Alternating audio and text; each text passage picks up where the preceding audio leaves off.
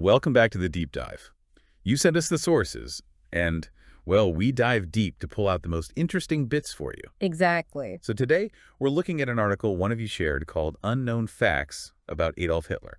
Right. And I think most people, they know the basics about Hitler, his role in history. Start with the big picture stuff. But this deep dive, it's about looking at the details in this specific article, some of the maybe more surprising, even kind of unsettling things it brings up. Yeah, the article claims it's got 10 things you didn't know about Hitler. So that's our mission, really. Yeah. Unpack these specific points from the source and just, think about what they might suggest about him. Okay. Where do we start? Well, the article kicks off with something pretty personal. It mentions Hitler having frequent intestinal problems. Yeah, stomach issues. And apparently this led to, persistent bad breath. Right. And he was even taking medication for it, according to the piece. It is a strangely human detail, isn't it? You have this figure responsible for just unimaginable horror. And he's also dealing with something like, chronic indigestion. It makes you wonder, and the article sort of touches on this, could that constant physical discomfort have affected his mood, his outlook? It's impossible to know for sure, obviously, but it's a thought, right? When you try to piece together the whole person, even someone like him. Definitely. Okay, so moving on from internal issues to something he really disliked externally. Cigarettes. Oh, yeah, the anti-smoking stance. The article highlights this pretty strongly. He apparently thought they were the worst. He even tried to bring in a smoking ban in Germany. That's what it says. And there's this anecdote about him giving gold watches to friends who managed to quit. Wow. A gold watch for quitting smoking. Such a strange image. It does create a weird contrast. This focus on health may be tied into his whole ideology of purity and strength. Maybe. But then again, as the article also points out, he wasn't exactly substance-free himself. Right, which is a perfect lead into the next, and honestly, pretty startling point from the article. Yeah. Hitler used cocaine. Yeah, that one jumps out. And it wasn't like recreational. The article states he used a cocaine inhaler twice a day. And the reason given is key here. It was apparently prescribed. By his doctor, yeah. Theodore Morell. For sinus and throat problems, the article says. And this sort of feeds into a bigger picture the source paints about him using a lot of different drugs and medicines, especially during most of World War II. So you have this leader, potentially influenced by various substances. It just adds another layer of questions, doesn't it, about his judgment during those absolutely critical years. It really does.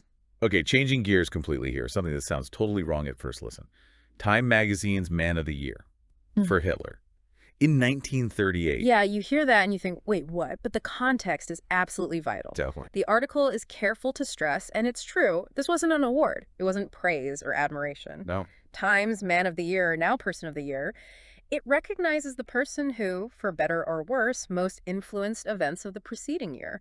And in 1938, he undeniably had a massive impact, shaping the Nazi regime, consolidating power. Exactly. It was about recognizing his influence, his impact on the world stage, not about saying he was good. A crucial distinction. Absolutely crucial. Okay. Next. This one is just odd. The article says Hitler was a fan of Disney films. Right. It mentions Snow White and the Seven Dwarfs specifically as a favorite. It's just such a bizarre juxtaposition. It really is. The person behind the Holocaust enjoying Yeah. Snow White. Yeah. It kind of speaks to that idea of compartmentalization, maybe. Yeah. How someone can hold such extreme cruelty and apparently appreciate something so innocent. It definitely messes with the simple, monstrous image we might have. It shows a weird complexity. It does challenge those one-dimensional views. And speaking of the horrors, the article brings up something truly shocking. Hitler apparently never set foot in a Nazi concentration camp. Yeah. Given these camps were the core of the final solution, the Endlösung, his physical abscess is stark. Why, does the article say? It doesn't give a definite reason. Was he deliberately keeping distance? Was it denial? Did he just feel issuing orders was enough? We don't know. But the fact remains, the person ultimately responsible never saw them firsthand. It's chilling. Deeply chilling. Okay, sticking with image and control for a second. Yeah. The article talks about his public speaking. We know he was charismatic, used body language. But it reveals he had a photographer take pictures of him rehearsing his speeches. All right. So he could review them, check his posture, his gestures, how he looked. It shows such calculation, doesn't it? A very deliberate crafting of his public image. Absolutely. He understood the power of performance, of the visual.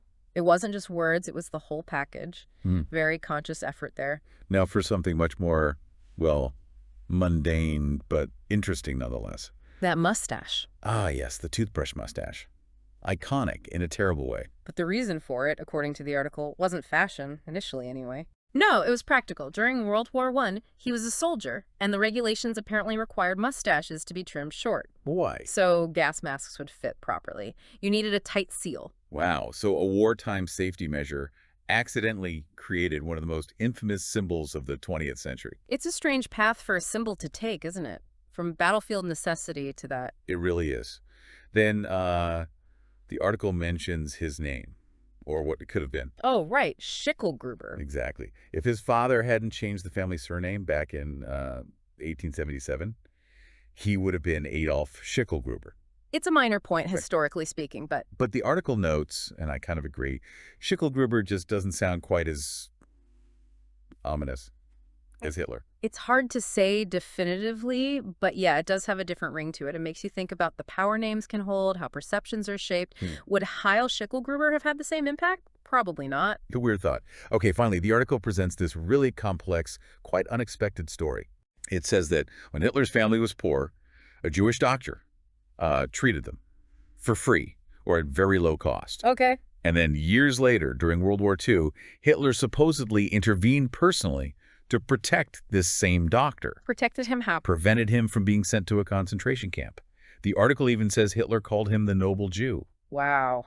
That is perplexing, if it's accurate. Yeah. Because it suggests this contradiction, this flicker maybe of personal obligation or something towards one Jewish person while orchestrating the genocide of millions. It's incredibly difficult to reconcile. It really is. It forces you to confront the uncomfortable possibility of strange nuances, even in someone capable of such profound evil.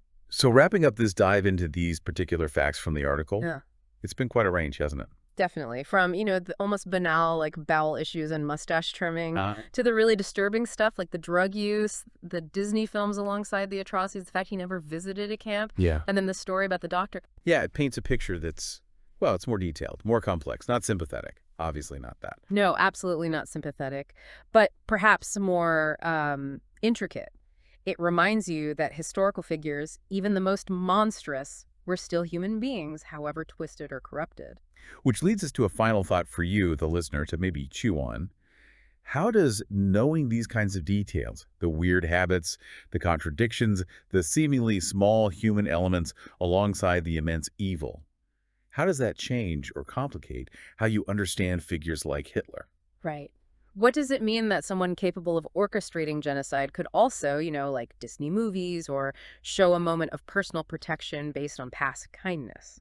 It really pushes back against simple explanations, doesn't it? It highlights the dangers of just seeing historical figures as one-dimensional villains, even when their actions were undeniably villainous. It makes you think about the messy, often contradictory nature of people. Exactly. Something to consider about the complexities hidden within even the narratives we think we know best.